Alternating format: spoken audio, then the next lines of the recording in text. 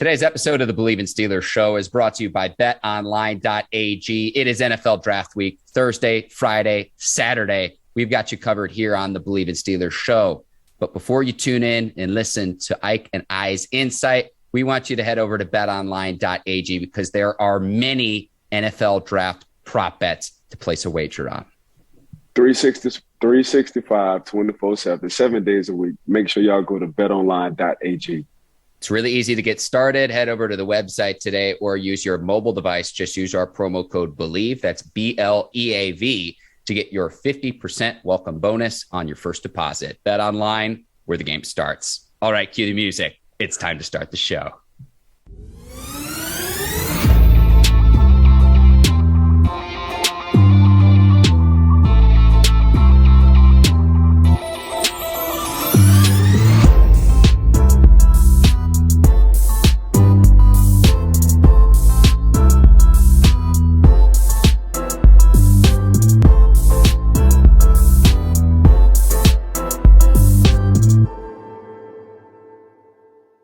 Welcome to the Bleav in Steelers show on the Bleav Network. I'm your host, Mark Bergin, joined as always by my guy, two-time Super Bowl champion and 12-year veteran of the Pittsburgh Steelers, number 24, Ike Taylor. Ike, today is one of my favorite days of the year because we get to go through your 2022 mock draft. We've been doing our show now for a few years. It's one of my favorite days because we get to go through all 32 teams here in the first round of the 2022 draft. And I get some insight on how your brain works. Really excited to be going through this with you here this morning. So I need all the viewers and listeners to understand how I do my mock draft. So it's not like everybody else mock draft. I go off on what I think my personnel. I got a top 5 in every list, and I go off the best available, not needs, for these teams. Ike, I like giving you the keys to the Cadillac. You get to put your GM hat on. Again, it's as if Ike was the GM of all 32 teams. I'm going to try to push back if there's a pick that you make is questionable, but we're going to put a clock on each of the picks too. So we're going to go 1 through 32, and we start with the Jacksonville Jaguars. They're on the clock. Ike, your number 1 overall pick surprised me. They're on the clock. The NFL got a phone call. The number 1 pick for the 2022 draft for the Jacksonville Jaguars is Jordan Davis, coming out of Georgia. And I think in my mind, he's the best all-around prospect in this 2022 draft. The reason why I like Jordan Davis is because I always feel like you got to start from the ground up, is what I've been told in the Pittsburgh Steelers, meaning the front line or the defensive line. And not only he's the best player in the draft, but, man, he's rare. These guys don't come around too often. I'm surprised you picked Davis, but it makes sense given the edge rushing depth at this position in the draft. There's not as much on the interior at the defensive tackle position. 6'6", 340 and some change, at 4.78 in the 40, dominating the line of scrimmage for the Bulldogs. My pick flipped since the last time we talked. I've got Travon Walker going number 1. He is now the odds-on favorite. So we'll see what happens on Thursday night. Full disclosure to our listeners and our viewers, we are recording this on Tuesday. So if things change, if there are trades that happen, have mercy on us. But Ike's got Jordan Davis going number 1 to the Jags. Let's keep this rolling. Our time clock is out, and this is why we have the time clock, Ike. At number 2, the Detroit Lions are on the clock. And Ike, I think we're on the same page here with the number 2 overall pick. Hey, I'm going with coming from Oregon, I think might be the best all-around athlete in this draft, and that's KAYVON Thibodeaux. Thibodeaux just showed me a lot of explosiveness, showed me like, hey, coach, you might as well see out my teammate, and that was Sewell coming from the offensive line from Oregon last year, and he played well as a rookie. So in my mind, he's going to be a Hall of Famer. Why not get another Hall of Famer and KAYVON Thibodeaux going to the Detroit Lions? And we all know Detroit Lions head coach attitude, and that's bar fighting. Yes, and dominating the line of scrimmage in the NFC North Division for the next decade plus with the 2 Oregon boys. I'm with you there. If Hutchinson is on the board, that is what I think that the pick will be. But I would pick Thibodeaux as well at number 2. So I'm with you there. If Hutchinson is there, though, that's what I think that the Lions will actually do. At number 3, the Texans are on the clock, Ike. And again, this was another pick that you had that surprised me. You shouldn't be surprised. At number 3, man, I'm gonna go with Kenny Pickett. I think Kenny Pickett is right now NFL ready out of all the quarterbacks. Now, a lot of quarterbacks might have a little bit more upside, but Kenny Pickett, as far as like reading, as far as like pump faking, as far as like understanding what the defense is trying to do to offense, I think he's more right now ready than anybody. I like the pick considering the Texans did not trade for Baker Mayfield in the deal that sent Deshaun Watson to the Cleveland Browns. This is where I had Evan Neal out of Alabama, considering the Alabama-New England connection. And you're going to say, Mark, we're talking about the Texans here. Keep in mind, Texans GM Nick Caserio previously worked under Patriots head coach Bill Belichick, and they need someone to keep Davis Mills upright. So this is where I had Evan Neal going. I think they could go edge rusher. The Texans need all the help that they can get, but we'll see what happens at number 3. At number 4, Ike, this is where you had Evan Neal going to the New York Jets. Make the case for why Neal can help Zach Wilson stay upright in the 2022 season. Man, that's exactly what you need. If you watch Evan Neal, and I like what he was doing off the field. He didn't show me everything he needs to do on the field. But a guy who can jump on a 42-inch box at 3-something plus, a guy who, which I call a dancing polar bear, which he's light on his feet, you might as well give Zach a security guard, and why not give him an Evan Neal? Yeah, and Neal, it was a large reason why this past season you see Bryce Young, the quarterback, who's going to be a top pick in next year's draft, win the Heisman, Devonte Smith the year before. But this is where, for the Jets, give me the number 1 corner and give me the hot sauce, Ike. Sauce Gardner out of Cincinnati. This is who I like at number 4 to the Jets. I got my props. I'm ready to roll today, Ike. Look at Mark bringing the props out for the mock draft show. I like it. But they're going to get Evan Neal coming from Alabama to be the security guard for young Zach Wilson. I like your pick too, Ike. I'll bring the hot sauce back later on for when Sauce Gardner goes in your mock draft. At number 5, keeping it in the Big Apple, the New York Giants are on the clock with the 5th pick. Who you got, Ike Taylor? I'm going to go with another offensive lineman coming from NC State, and that's EKWONU. Can you help me say the last EKWONU, Ike EKWONU out of NC State. EKWONU, yeah, coming from NC State. You might as well give Daniel Jones a clean slate, and here goes another security guard. Now, everybody was saying he might be one of the nastiest old school kind of offensive linemen. He don't have no friends. The only friends on his team are the offensive lineman and his quarterback. The quarterback is his best friend.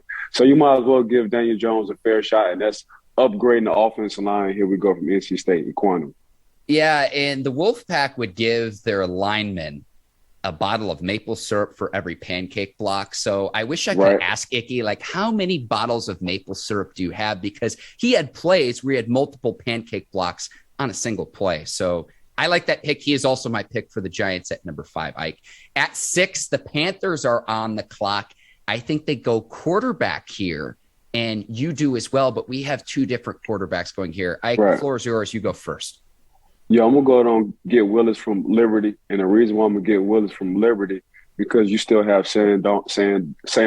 Sam Darnold been in the league for a little while. So, you know, Malik Willis, he can kind of learn under Sam Darnold.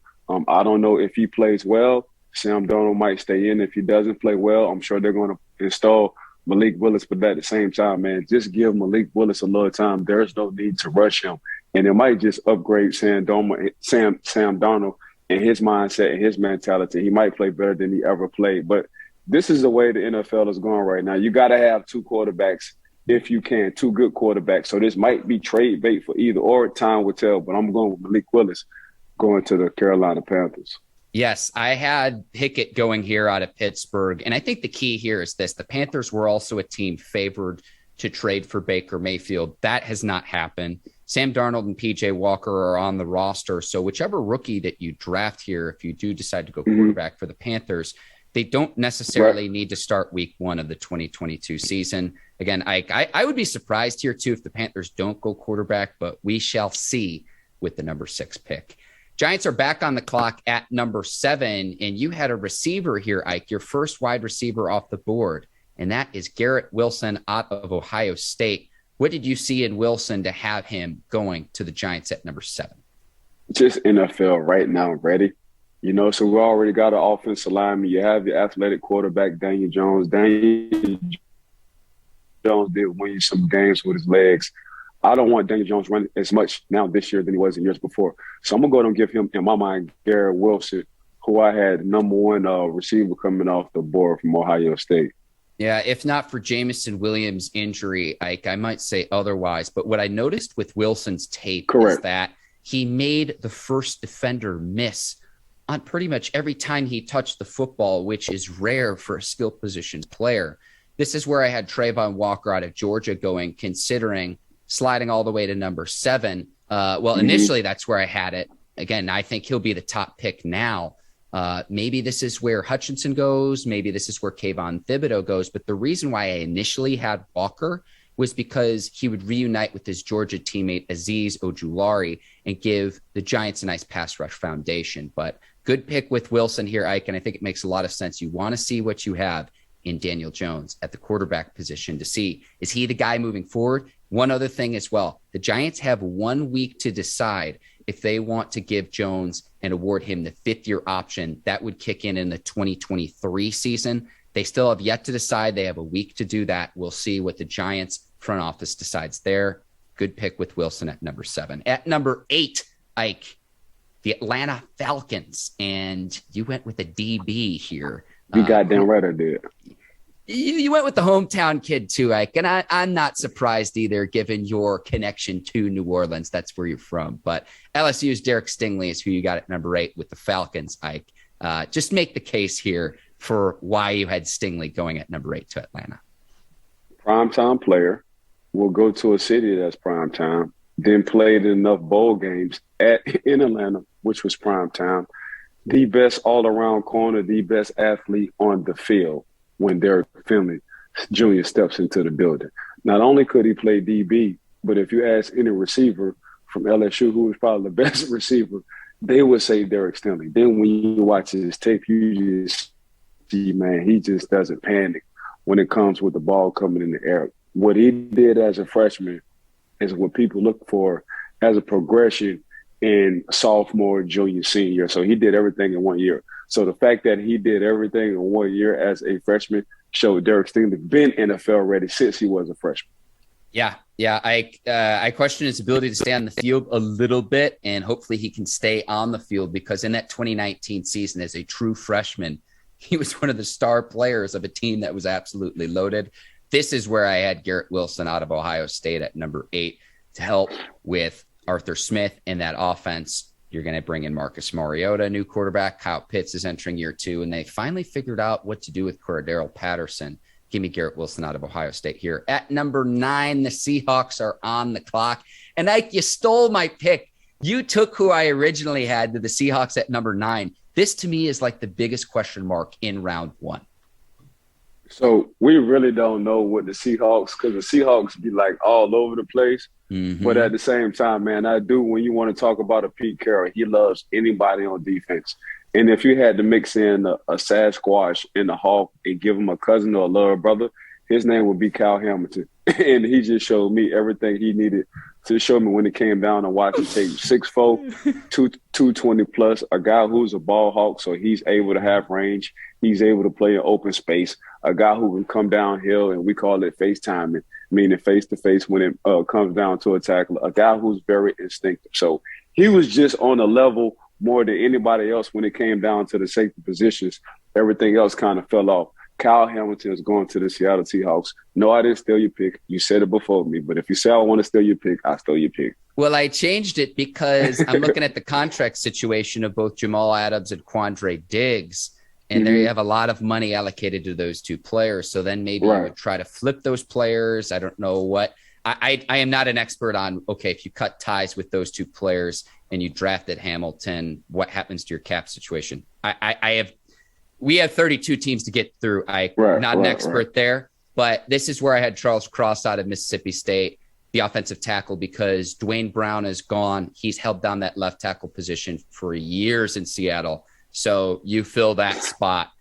That's what I would do, but it makes sense because Kyle Hamilton, if he falls out of the top 10, he's a top 10 pick. Like, there's no ifs, ands, or buts. 6'4", 220. He can fly around the field. People might get caught up because he had like a 4.59 in the 40, but he is explosive in short spaces. He plays everywhere too, Ike. Yeah. He plays fast. They will probably have the best duo because you got Presidential sitting over there as well in Seattle. You know, so this if they wind up getting Kyle Hamilton, Seattle might have the best duo when it comes down to safeties. Okay, Ike, at number 10, the Jets are on the clock, and you selected Treylon Burks out of Arkansas. Might be my favorite player in this draft, size and speed at the receiver position, and you help out Zach Wilson even more by getting him a number 1 receiver. Yeah, so you go on and give him an offensive lineman, that's a security guard. Then you go on and give him a grown man sitting on the outside. For me, I thought Treylon Burks might be the most right now ready when it comes down to his size and his speed, and people want to talk about his 40.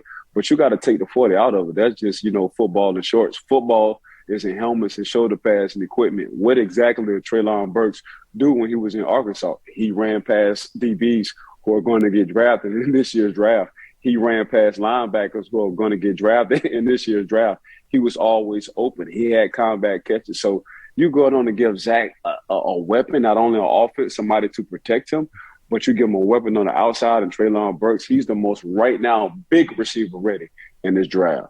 Yeah, you mentioned the speed. Running away from SEC defensive backs, too. It's not Correct. like he's playing Pop Warner or whatever. I never saw him get caught despite a 40 time. I Bleav it was a 4.55 in the 40, but I never saw him get caught on the actual tape. So that's what I would focus on.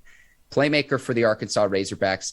I think they could go Burks. I think they could go Drake London out of USC. I'm with you with the receiver position there at number 10.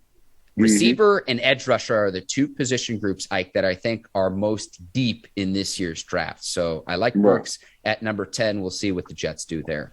At number 11, the Washington Commanders are on the clock. And Ike, we're going to go a little bit more rapid fire now, too. We're going to go down to 30 seconds now, picks 11 through 32. You have Travon Walker out of Georgia here going to the Commanders at number 11. You might as well get a commander, and that's Travon Walker, because he definitely was the commander on the field for the Georgia Bulldogs, who just won a national championship. He's definitely an alpha, which will be with a lot of alphas, which is that defensive line for the commander. So you just sprinkle in a young stud who's able to move, who's able to communicate, who's able to line everybody up when it comes down to having a defensive sergeant. This is Travon Walker. Yes. Good pick, Ike. Again, I have him. I think he'll go number 1 overall now. I go with what the odds market tells me and what our sponsors at betonline.ag tell us. So I think Walker's going to go sooner. But this would be a tremendous pick at number 11. This is the first kind of reach pick that I have in this year's draft. Terry McLaurin went to Ohio State, receiver, Ohio State. They're bringing in Carson Wentz. Let's get him another target. How about Chris Olave out of Ohio State? And you have the Ohio State connection between both him and Terry McLaurin. Just a thought. Okay. Number 12, the Vikings. And this is where you finally had Aidan Hutchinson off the board. I'm like, what you mean finally? Days ago, he was the favorite to be the number 1 overall pick. The fact that you have him sliding all the way to 12, Ike. I got to say something because our listeners and viewers are going to light up our comment section, and I hope that they do. Why does Hutchinson fall all the way to 12 on your board here to Minnesota, which will be a tremendous value, by the way? I mean, if you look at his style of play, he's a Viking. If you look at a cold weather city, even though they have a dome, he's a Viking. If you look at what the Vikings like to do with the edge rusher, he's a Viking. So he's allowed, if he goes to Minnesota, he's allowed to play free. He's allowed to hit the edge. There's not going to be a lot of responsibility. So, yes, I think the Vikings is a good look. Yeah, I know these guys want to go high, but you can go high to a bad team, bad situation. Then we forget about you forever. So Aidan Hutchinson, in my mind, I thought the Vikings is a perfect fit in his style because of his style, the Minnesota Vikings. I love the combination of size, speed, hand usage, all of that. This is where I had Derek Stingley Jr. out of LSU going. I like, again, the college connections. They just re-signed Patrick Peterson, the LSU connection. I know they didn't play together in college, but, you can have someone who's done it before you, show you the ropes, someone who's gone through the same things that you're going through as a young player, both collegiately and then as a pro. That's where I had Derek Stingley Jr. out of LSU. Right. At 13, the Houston Texans, Ike, and I think this is where I bring back the sauce. Sauce Gardner. I got the Houston Texans getting Sauce Gardner. I think it would be a perfect fit. What I like about Sauce Gardner was he was the second, DB coming off my list. Sauce didn't allow too many passes getting called his way. I think you said it best early on our show yesterday, a 31% pass catch rate. Man, that's little to nothing, But Sauce, he has the height, he has the size, and I think he'll just be perfect for the Texans right now because they definitely need all the help they can get at every position. Yeah, it was like the passer rating for quarterbacks. They'd be better off just throwing the ball into the ground than they were throwing Gardner's way, at least at the college level. He's notorious for not giving up a touchdown pass in his college career. Great man press corner.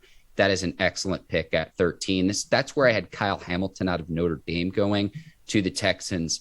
Texans are in a position where they can just go with best player available because they need all the help that they can get. This pick coming over from the Cleveland Browns in the trade for Deshaun Watson. At number 14, the Baltimore Ravens, the arch rival to our beloved Pittsburgh Steelers, are on the clock. Ike, you're wiping your forehead like, do we really have to talk about this? We do. We both think they'll go defense here, and it's just a matter of which player that they'll pick. You've got a linebacker here going to Baltimore, Ike. I'm going to toss the floor over to you for why you think that Devin Lloyd out of Utah is the pick for the Ravens at 14. He's a Raven. He's a Steeler. He's one of those guys who's very instinctive. He played, and he's about to be a top 15 pick, and we can't name 3 guys off the defensive line. That shows you exactly how good Devin Lloyd is. But when you watch his tape, man, you couldn't get a hand on him. You couldn't out physical him. He had great when it comes down to zone coverage and zone reading. He was great at it. He's a playmaker. Every time you popped in the tape, man, he was causing a fumble, catching the pick at the inside linebacker position. And that's exactly what the Ravens are looking for. They're always been defensive guys. If it's any kind of defensive guy that they like, whether it's Jordan Davis, whether it's Devontae Wyatt, whether it's Devin Lloyd, one of them 3 will be a Baltimore Raven. I just think Devin Lloyd fits them perfect.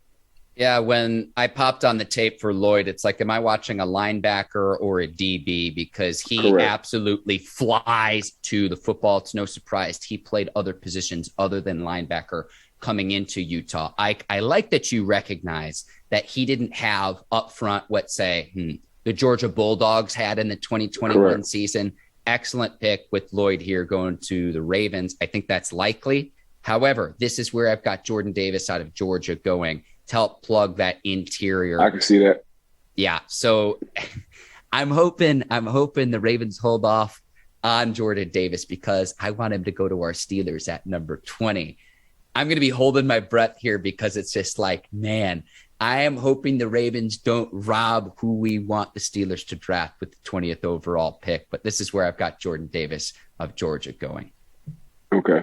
All right. At 15, the Eagles are on the clock here, Ike. Who's going at 15 to Philadelphia? Who I had going at 15, Mark? I had Chris. No. Trent McDuffie out of Washington. Trent McDuffie. So, yeah, Ike, I know you got all your paperwork over there, all the way down in the O. Yeah, so Trent McDuffie coming from Washington. I think he brings the spunk. He brings the pizzazz. He brings the life. He brings the extra oomph. Every time you popped in the tape on Trent, it was just making plays, whether he was covering in a large area or whether he just came down the sideline and came up in the box. For me, Trent, man, might be one of the closest to the Honey Badger, I would say. Man, he can pretty much do everything in that secondary. So this is exactly what them boys needed coming from Washington. Not only you get a defensive guy, a field general, but you can also get your guy in the secondary coming from Washington. That's Trent McDuffie. Comparing him to Honey Badger is the highest praise, Ike. This is where I had Alabama's Jamison Williams going. Okay. And you might say, well, they have Devonte Smith, Alabama product, pairing him with the college teammate. And you might say, Mark, they picked Smith in the first round in 2021. They picked Jalen Reagor the year before in 2020. And to what I say, I know you've drafted receivers in the first round the past 2 seasons. Who cares? Let's see if Jalen Hurts, the quarterback, is the guy in Philly. And again, I've got a lot of the college teammates paired together. I've seen it work for NFL teams with that familiarity. That's what I'm going with here. Jameson Williams to the Eagles at 15. We got to keep rolling, though, Ike. At 16, the New Orleans Saints are on the clock. And who you got here? You have, hang on just a second, I'm checking my notes.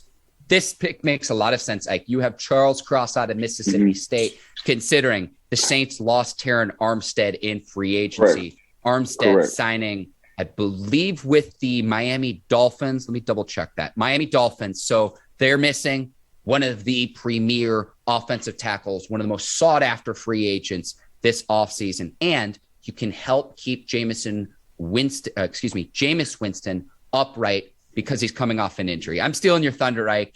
I'm sorry. No. Have at it. You said it perfect. That's exactly what I was about to say. Like, you lose a security guard in free agency. You need to get another young stud security guard to help Jameis Winston, who's coming off an injury since last year. You got to go with Charles Cross. Charles Cross just have that nasty mentality, that old school mentality, that, man, somebody got to get me off this defender, even if I hit a whistle blown, and you got to defend Jameis Winston. With Winston, too, I know we make jokes about him all the time. The 30 for 30 season, his final year with the Bucks. Before he got hurt, 18 touchdowns, 3 picks. He was playing good football before his season-ending injury, Ike. So I want to see what he can do when he's healthy again. Give him the benefit of the doubt. He's not going to have a lot of help because the Saints don't have a pick until the 4th round after the 1st round.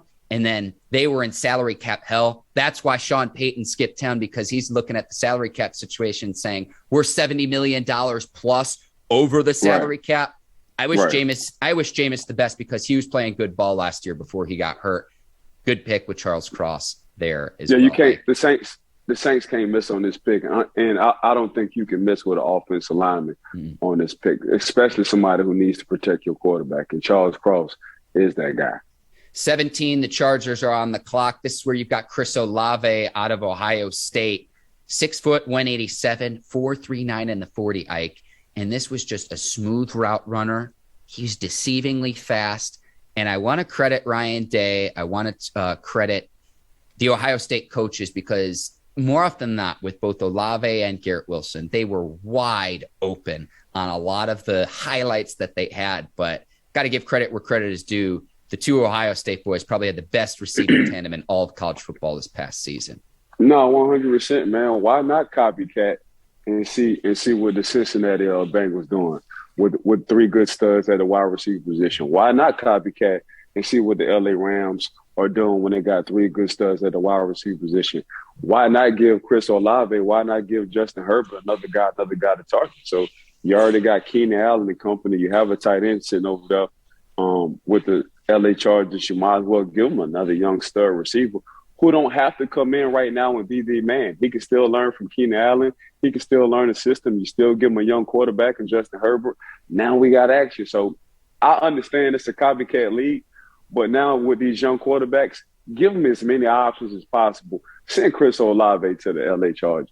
Yes, I call Olave the ballerina, the toe tapper, the Adonis. He's the Lynn Swan. High praise there, Ike. High praise. But he's great along the sidelines. He's great along the sidelines.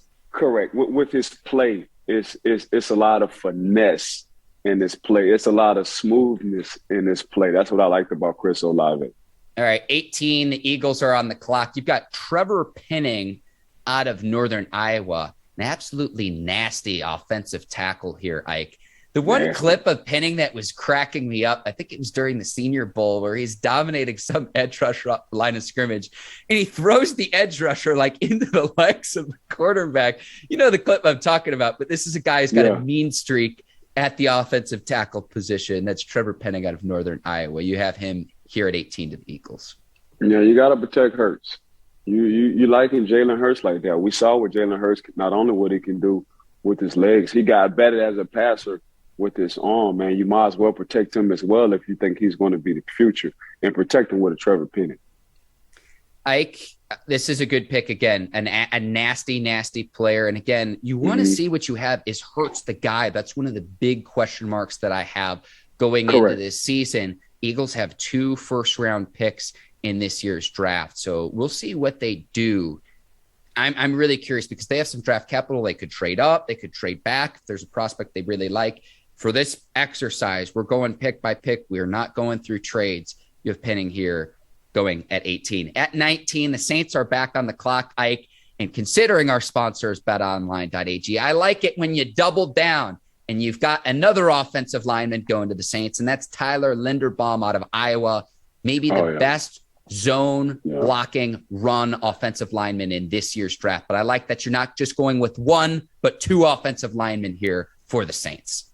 This could be the first time the Saints went with offensive lineman. Man, you got to protect the quarterback. And just in general, man, you just got to protect, you got to protect your quarterback, Jameis Winston. So I like the double back with the offensive lineman and Tyler Linderbaum, man. I think Tyler Linderbaum, and when you want to talk about offensive guys, they're not your sexiest first-round picks. They don't get a lot of hype, but they usually play when they come in the first round. They usually play in the league the longest pretty much out of everybody unless you hit on a quarterback. So you might as well go with two franchise offensive linemen, and this other one is Tyler Linderbaum coming from Iowa.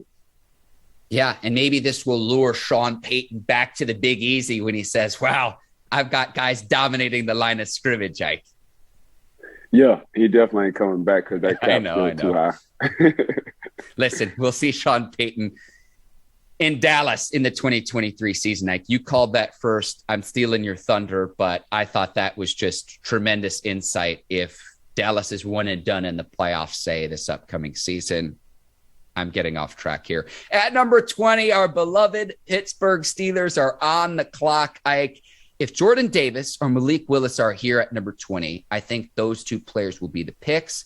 I don't think either player will still be there at number 20 by the time Pittsburgh selects. This is where you had Devonte Wyatt, the defensive tackle out of Georgia. That's exactly what the Pittsburgh Steelers need. They need a guy who can plug the hole. They need a young stud. If you just watch the Pittsburgh Steelers, when it comes down to sacks, we're going to win it all day. When it comes down to pass rushing, we're going to win it all day. Statistically, since 2007, there is no other team who can get to the quarterback better than the Pittsburgh Steelers. But we have a hole in the middle, and that's stopping the run. And why not plug in and go get a young stud from Georgia, Devonte Wyatt, who did exactly what he did alongside of Jordan Davis. Yes. Cameron Hayward, an all-pro. He's not getting any younger, into his 30s now. Tyson Alualu, who missed most of the 2021 season, is 34. Stephon Tuitt, who did not play at all in 2021, is 28. So he's the youngest of the group. Why not restock and why not replenish the interior of your defense, which ranked dead last in the NFL in the 2021 season in rushing yards allowed? Ike, Wyatt, an excellent pick here by you because the Steelers need to fill that need to solidify their front seven. So I like where you're at. Again, if Davis or Willis are on the board, I think they'll be the picks. But if they're not, that's the question that remains, is who's the best available player who can help you immediately? Wyatt could be that guy out of Georgia. We'll see who's there at number 20 by the time the Steelers pick.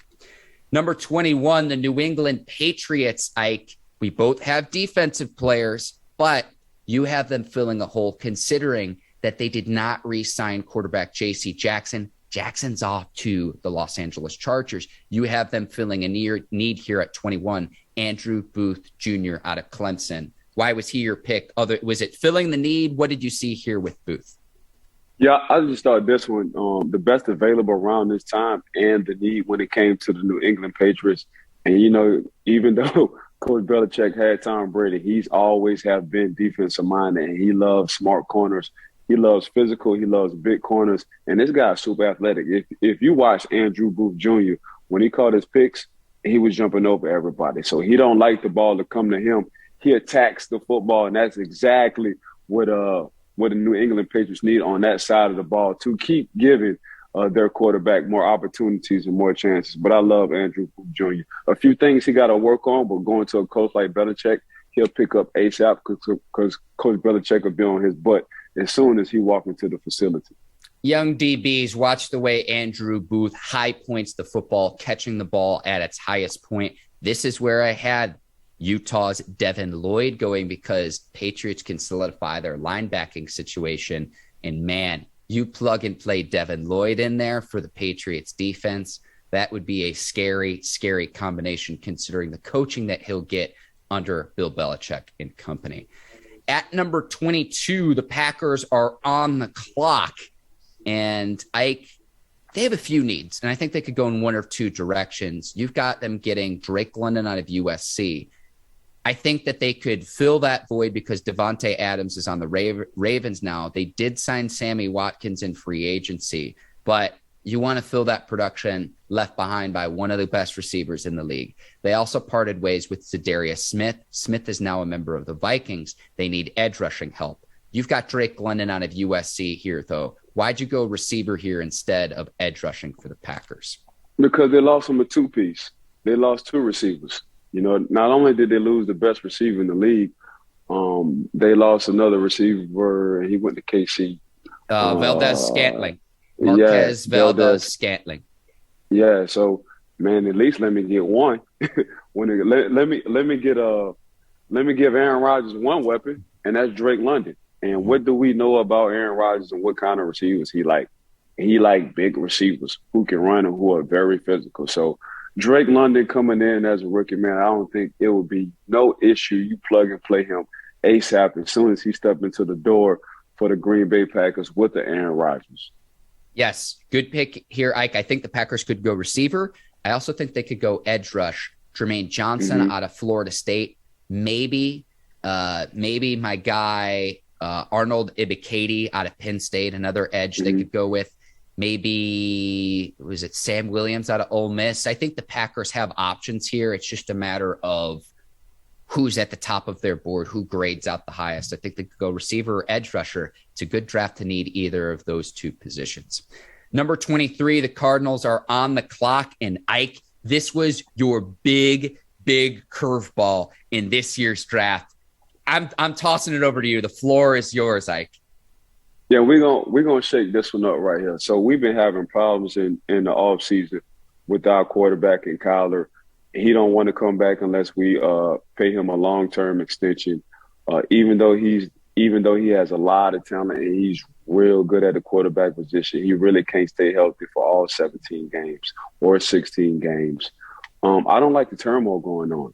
So you know who I'm going with? I'm going with Desmond Ridder coming from Cincinnati. Not only is it good, not only the NFL is going with two quarterbacks now, it's, man, I don't want the headache, you know. And I think even though the Arizona Cardinals, they're not saying too much, Kyler and his team, man, they're doing a lot.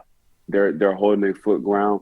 He really wants to get paid. So you know what? I'm gonna go ahead and draft me a young stud who's 6'4" and some change and has an arm. I got the pieces to the puzzle. I have a running back. I have weapons on the outside. All I need is a quarterback who really wants to be an Arizona Cardinal and a team player. So the fact that I understand Kyler wants to get his money, because I want everybody to get his money, it's just the way he's going about it. Maybe this generation is doing the things a little bit different. Maybe they're going more towards social media and they're expressing how they feel. Maybe they don't want to sit down and just talk to the organization anymore. But you know what? As an organization, I got to protect myself. I got to do what's best for the team. So I'm going with Desmond Ridder, Cincinnati, and they're picking him for the Arizona Cardinals. That's my shakeup of this draft. And what Ike is talking about is Kyler Murray removing any mention of the Arizona Cardinals in his social media profiles.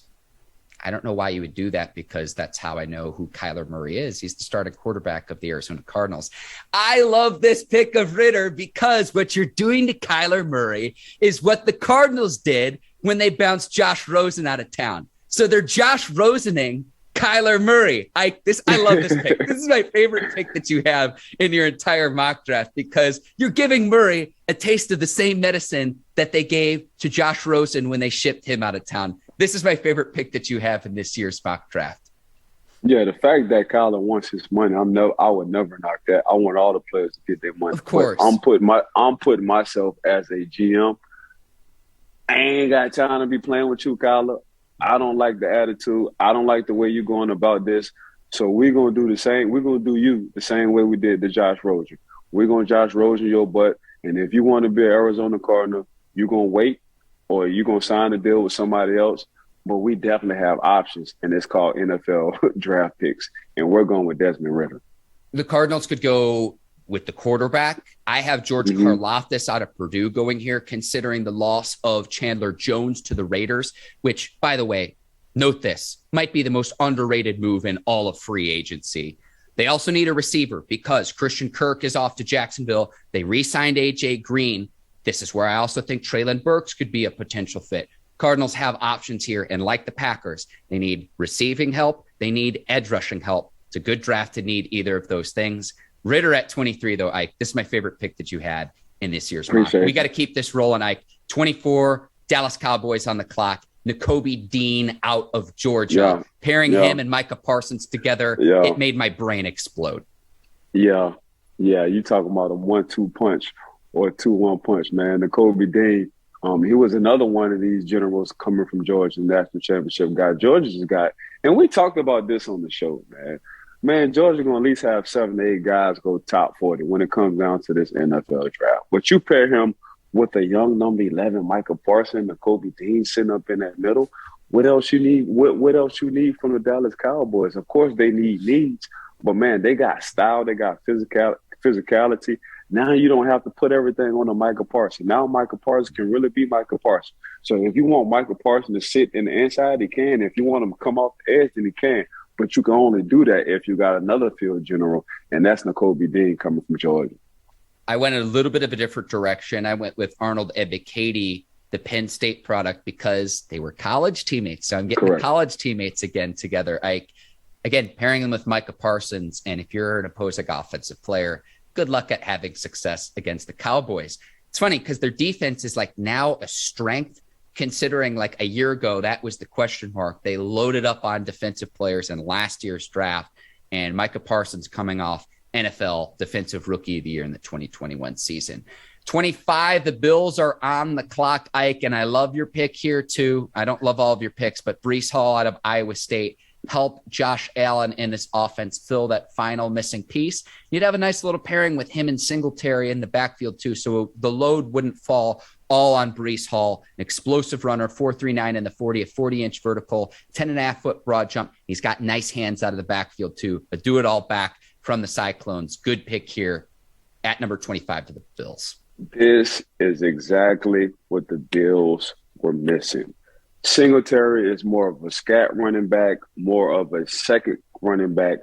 Breece Hall is more of the first running back. You bring a Singletary in after the fact to close the game out. But you want to talk about a stud, 6 feet, 220 plus, can run the 40, highlights after highlights, can run in between the tackles, played in the cold weather at Iowa State. And guess what the temperature going to be in December when it comes down to the Buffalo Bills? It's going to be cold as hell. It's probably going to have some ice sitting on that ground too. He's used to it. He's accustomed. Not only do we have weapons around him, but, man, that's going to open not only the holes for him sitting in the middle, but, man, this dude coming off this list, man, I thought he's one of the best guys all around, old school total package. This will fit perfect for the Buffalo Bills and Breece Hall. I saw how Buffalo really embraced Marshawn Lynch way back in the day, the Bills Mafia, when it gets really, really cold out. And those fans for so many years didn't have a winner. They finally have a winner now. And could Breece Hall be that missing final piece that they need to take them over the top? I think so. Ike, we'll go to 26. The Titans are on the clock. Got Kaiir Elam, the corner out of Florida, going. Very interesting, considering a year ago the Titans drafted Caleb Farley out of Virginia Tech. And we tried to warn you here on Bleav in Steelers that Farley came into the league. It wasn't the question of his ability. It was his ability to stay healthy. Played only 3 games in the 2021 season. You could go back and listen to the tape. That was the big question mark we had about Farley. So you've got the Titans going cornerback in back-to-back drafts. But why Elam out of Florida to Tennessee? Because I'm betting on Farley to be healthy this season. Now he has the professional help that he needs. I don't know if he was getting that in college. I don't know if he had the right doctors. But in the NFL, man, usually we have the doctors who can take care of all your needs. So now I get a Farley who's going to be healthy this year and put a Kaiir Elam coming from Florida with him as well. So now possibly I can have 2 lockdown corners, guys who can get interceptions. What I did like about Kara Elam, man, he just playing in Florida, just playing in the SEC. You play guys who are going to go to the NFL all the time, especially at that wide receiver position. So the stage will never be too big for you. So his height, his size, and his speed, what he brought to the table from Florida, being one of the best in that secondary says a lot when you go to a school like Florida. So just ask Joe Hayden. But yeah, Kara Elam, man, going to the Tennessee Titans, Farley be back on the other side, and they're going to be rocking and rolling with 2 young studs sitting down and holding that corner. Yeah, let me double down with Ike Taylor. I love the Joe Hayden shout out. Got to get it in when we can. Hopefully, we could maybe still wind up in Pittsburgh. No, that's beside the point. Going into today, this is where I thought I was going to shock you, Ike, but you beat me to the punch. This is where I've got Desmond Ridder of Cincinnati going because Ryan Tannehill's a good fit there. You don't need to start Ridder right away. However, Tannehill I'm talking about here will be 35 in what's essentially the final year of his contract in 2023. And the dead cap number for Tannehill is manageable if they decide they want to move on. I like Ryan Tannehill as a quarterback, but do you really think he's going to take Tennessee over the top and make them a Super Bowl contender? I do not. That's why I think you draft Ridder, develop him, bring him along, and then he could be the guy that takes your team over the top for the Tennessee Titans, a team that was the #1 seed in the AFC. I know they play in a weaker division, but they got bounced right away in the playoffs, Ike. They need someone else who can elevate their level of play. I don't know that that's Ryan Tannehill. That's not to say Ryan Tannehill isn't a fine quarterback, but if you're trying to compete for Lombardi trophies, you need that elite quarterback play. Maybe you get with that with Ridder if you can properly develop him at the quarterback position. That's not a bad pick at all. Off of what you just said, Mark, that's a good solution. So we'll keep this going. 27, the Tampa Bay Buccaneers are on the clock. They need interior line help on both sides of the ball. So they lost Alex Cappa to free agency. Ali Marpet decided to retire. They did trade for Shaq Mason, and the Bucs had success with another Shaq Barrett, on the other side of the football, the edge rushing position. But Ndamukong Suh is also a free agent. Who are you going to pair with Vita Vea, Ike? This is where you had Darian Kennard out of Kentucky going here to help the Bucs with their interior offensive line help. I really think it's going to be offensive line, defensive line. Who's the best player available? This is where you had Kennard from Kentucky, though. Yeah, you better have somebody who can protect a Tom Brady. Matter of fact, the Bucs have been drafting offensive linemen for the past 2 years. This going on their 3rd year.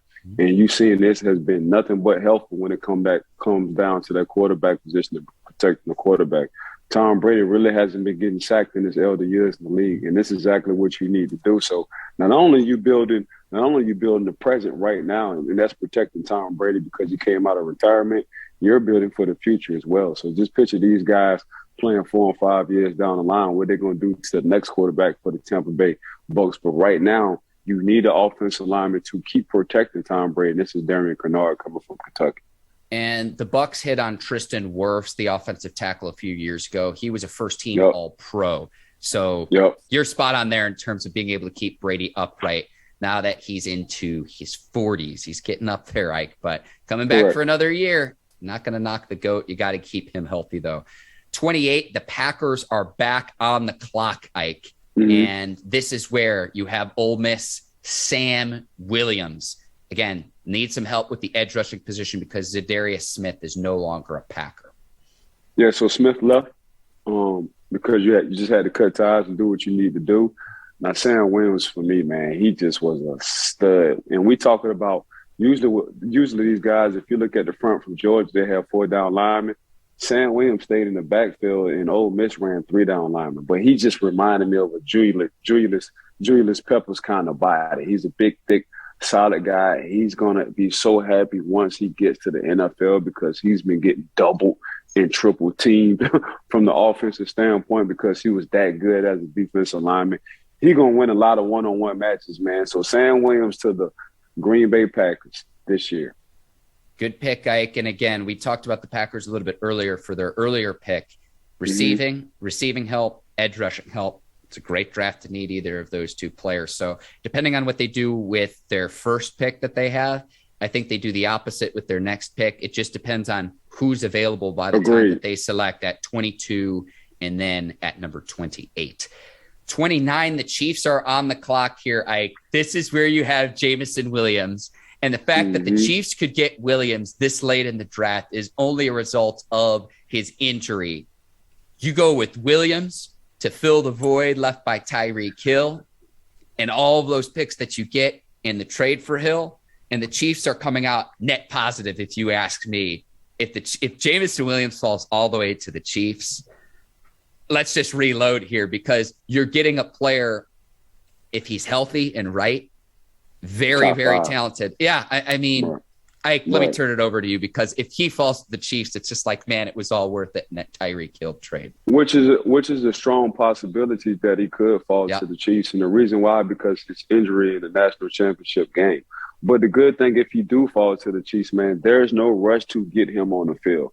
You have a genius in mind when it comes down to Andy Reid and calling up plays and getting a lot of different guys open, whether it's the tight end, the slot, or the outside receivers. So Jameson Williams going to come to a situation where he's going to feel no pressure, where he's not going to feel rushed because of his injury. Coach is going to tell him to take his time. He might come in week 4 or midway through the season, but he's going to come in and he's going to plug and play, because Coach Andy Reid will call the plays for him to get open when it comes down to being schematically. So Jameson Wilson, if I'm Jameson Wilson, I really would have been a top 5 pick if I didn't get hurt in that national championship game.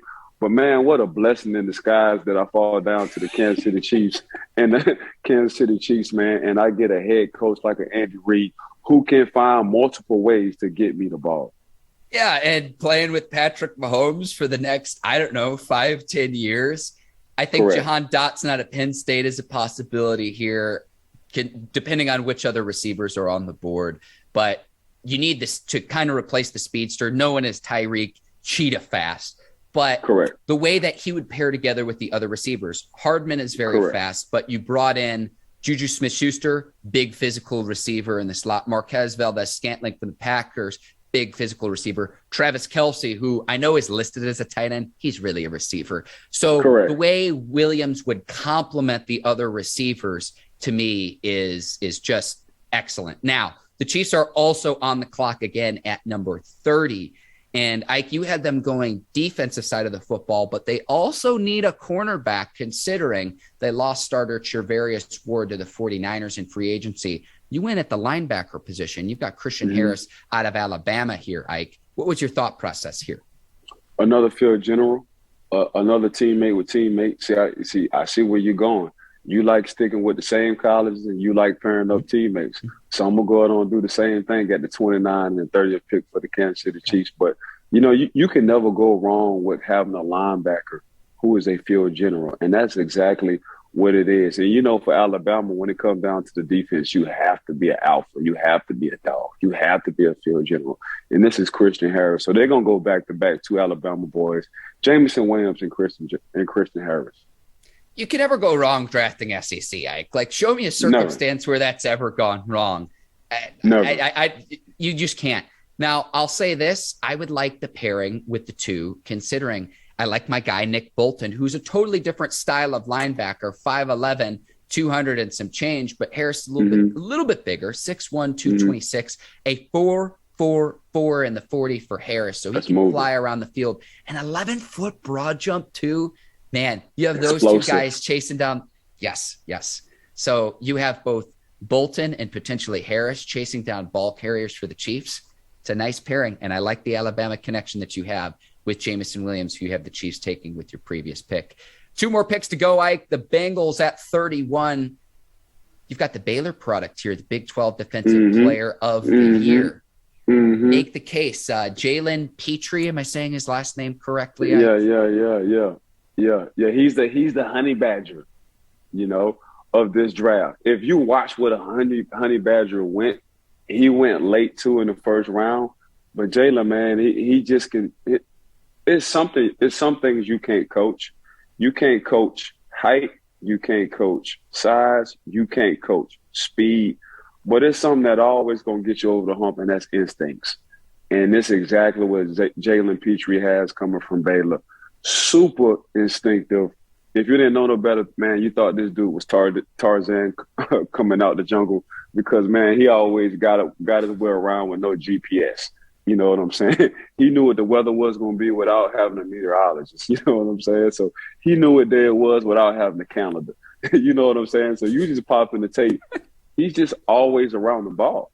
You know, when you watch the Honey Badger, he's just always around the ball, whether it was on a defensive line offense, whether it was on the offensive side or whether he was in the backfield just picking off tight ends, slot receivers, or wide receivers.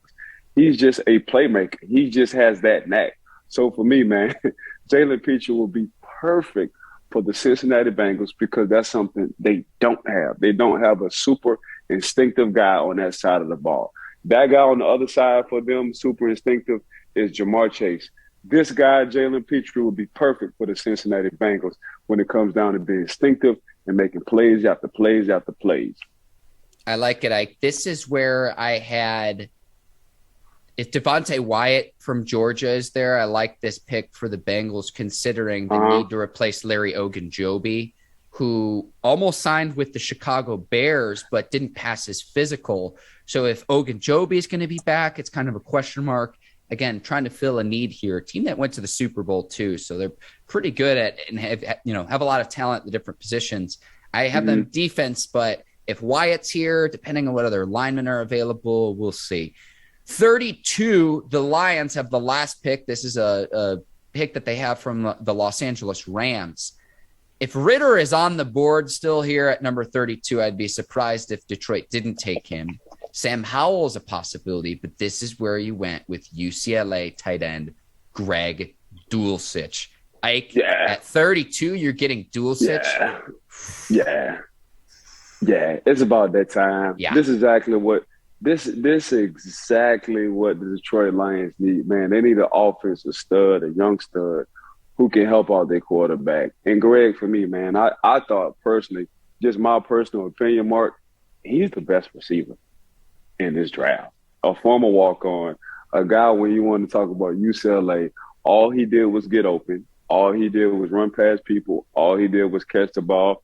His catch radius is I don't have a catch radius. You put me on the football field, I'm catching everything. I don't care who covers me. This is exactly what the Detroit Lions need, man. They need a tight end one, but for me, I thought he was the best receiver in this draft. He just so happened to play tight end. Ike, he has a load to bring down. Took more than one defender on all the highlights I watched of Dulcich. Excellent pick, and whichever team gets him is getting the best tight end in the draft. I'm comfortable saying that. We have many thanks in order. Ike, you're the absolute best. I always like picking your brain during the draft because you think a little bit outside of the box, a little bit differently than most draft analysts that I see. Want to thank the Bleav Network for providing us the opportunity. Ike, we've got draft coverage all week long through Saturday, so all 7 rounds of the draft. Check out our show, the different shows. We're going to have a lot of reaction from Thursday. I'm very curious to see who the Steelers get at number 20.